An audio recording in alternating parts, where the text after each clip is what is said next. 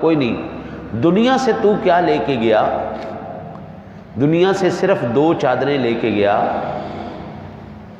وہ بھی سفید اور وہ بھی ان سے لی، یعنی کہ اگر احترام انسانیت ملحوظ نہ ہوتا تو شاید تیرے نصیب میں یہ 2 چادریں بھی نہیں تھیں۔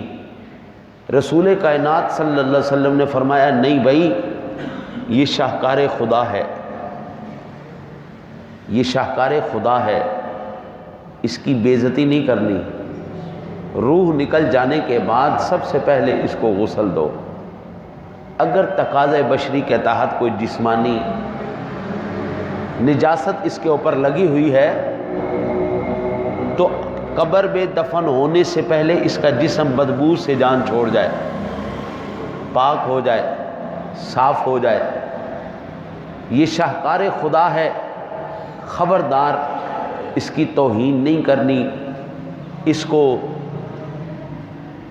جانوروں کو، پرندوں کو نہیں ڈال دینا کہ وہ کھا جائیں، اس کو جلا نہیں دینا کہ یہ راکھ ہو جائے، اس کو بہا نہیں دینا کہ اس کے پرزے پرزے، اس کے ذرے ذرے اڑتے پھرے ہواؤں میں، فضاؤں میں، زمینوں پہ، پانیوں پہ، ایسی حرکت نہیں کرنی۔ یہ میرا شاہکار ہے، یہ میری تصویر ہے، میں نے اس کو بنایا ہے، میں مصور ہوں، اس کا احترام کرو، غسل دو۔ پھر جاتی مرتبہ حکم فرما دیا اس کا چہرہ بھی ڈھانپ دو۔ آپ نے کفن والے کو دیکھا ہے کبھی؟ میت کو آپ لوگوں نے اکثر دیکھا ہے، تو میت کو جب کفن پہنایا جاتا ہے، کفن کے اوپر والی سائڈ اور نیچے والی سائڈ پہ کیا کیا جاتا ہے؟ 3 مقام پہ اس کو ہم کہتے ہیں بند باندھنا، اس کو ہم کہتے ہیں بند باندھنا۔ سر کے اوپر، آج ہم ٹوپی نہیں لیتے نا سر پہ، کوئی بات نہیں، مرنے کے بعد تیرے سر پہ کپڑا رکھ کے گرہ باندھ دی جائے گی، اب اتار کے دکھا۔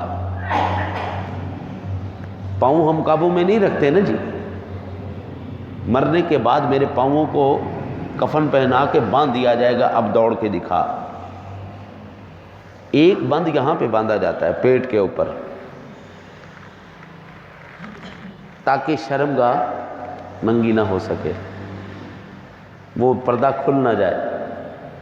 وہ بند اس لیے تھا، بابو جتنا کھانا تھا کھا لیا، اب صرف اور صرف اس کو قبر کی مٹی ہی پر کرے گی، اب آخری کھانا ہے، باندھ دیا گیا بس۔ پھر اس شاہکار خدا کو بے عزت نہیں کیا گیا، فرمایا اس شاہکار کو اٹھاؤ میرے۔